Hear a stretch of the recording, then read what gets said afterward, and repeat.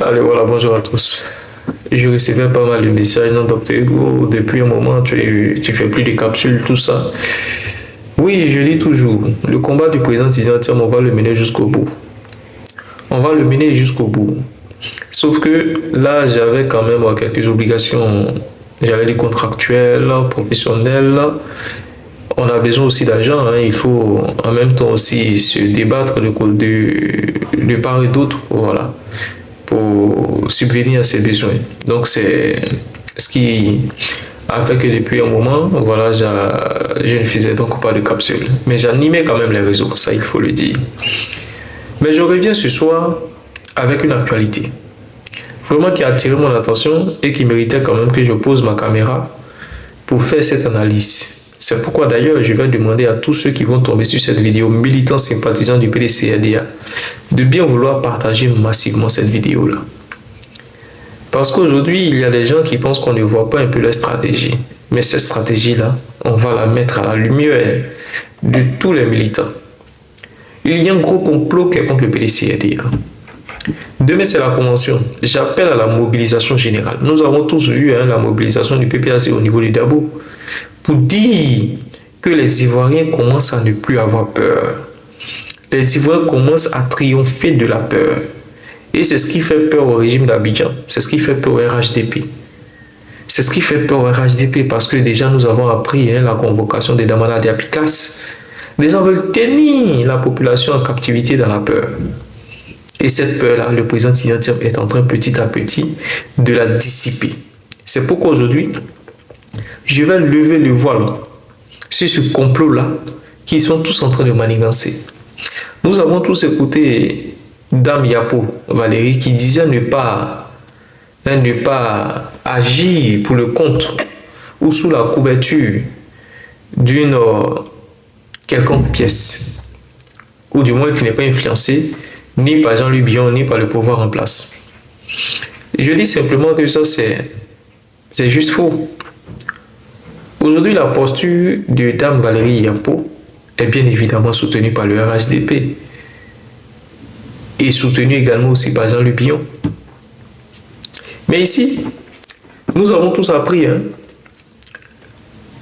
la naissance d'un mouvement qui compte porter la candidature de Jean-Louis Billon, ADNCI, Alternative démocratique Nouvelle Côte d'Ivoire. Mais que se cache derrière la création sporadique de ce mouvement qui compte porter la candidature de Jean-Louis Billon? Selon moi, c'est un mouvement qui avait été depuis longtemps peaufiné. Si vous remarquez très bien, quand Jean-Louis Billon passe sur les plateaux télé, qu'on lui pose la question de savoir, au cas où il n'est pas retenu à la convention, qu'il ferait-il? Il disait simplement qu'au moment opportun, il allait aviser. Et ça, ils étaient déjà en train de travailler là-dessus. Ils étaient déjà en train de travailler là-dessus. Et le gros complot, c'est lequel? Le complot, c'est simplement, si ce n'est pas moi qui vais donc compétir sous le pavillon du PDCRDA, alors ça ne devrait pas être aussi Tidiane Thiam. C'est de ça qu'il s'agit. Et c'est à partir de ce complot-là qu'ils ont peaufiné toute la stratégie aujourd'hui qui a donné naissance au mouvement de Jean-Louis Billon. Pourquoi?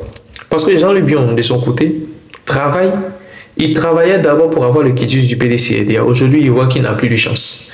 Il voit que tous les militants sont soudés, tous les militants sont fidèles, tous les militants aujourd'hui, ils expriment leur approbation ou soutiennent la candidature du président Tidiane Thiam.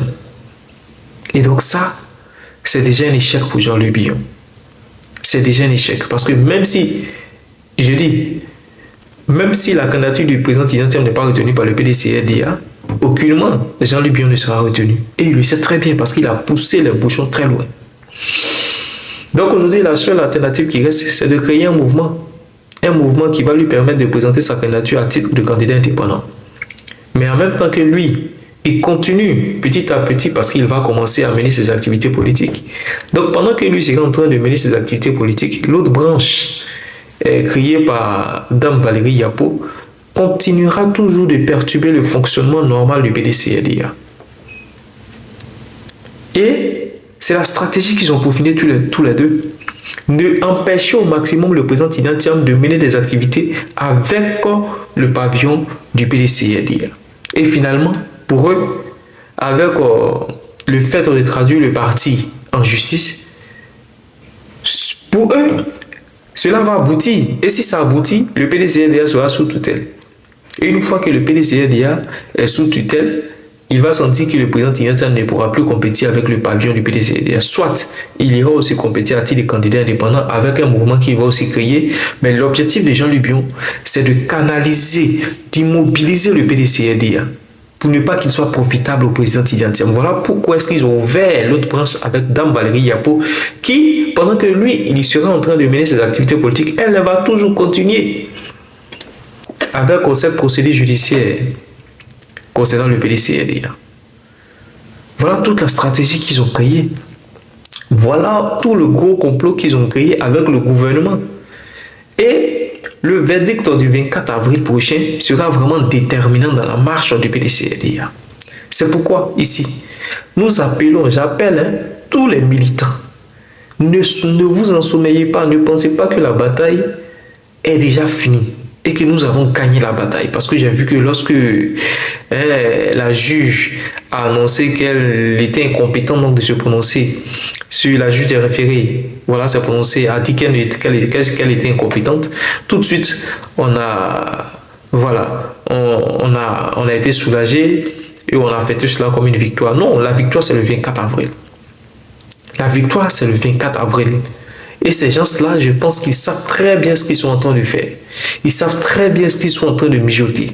Voilà pourquoi Jean-Luc Bion a préféré anticiper pour sortir son mouvement. Donc, le 24 avril, tous les militants sympathisants du PDCRDA doivent massivement sortir pour apporter son soutien au président Tidjane Thiam et au PDCRDA. C'est de ça qu'il s'agit. La bataille n'est pas encore gagnée. Les gens, ils continuent toujours d'œuvrer malicieusement et machiavéliquement. Donc, restons mobilisés. Je dis, restons mobilisés. Rien n'est gagné. Partagez massivement cette vidéo-là et puis on est ensemble.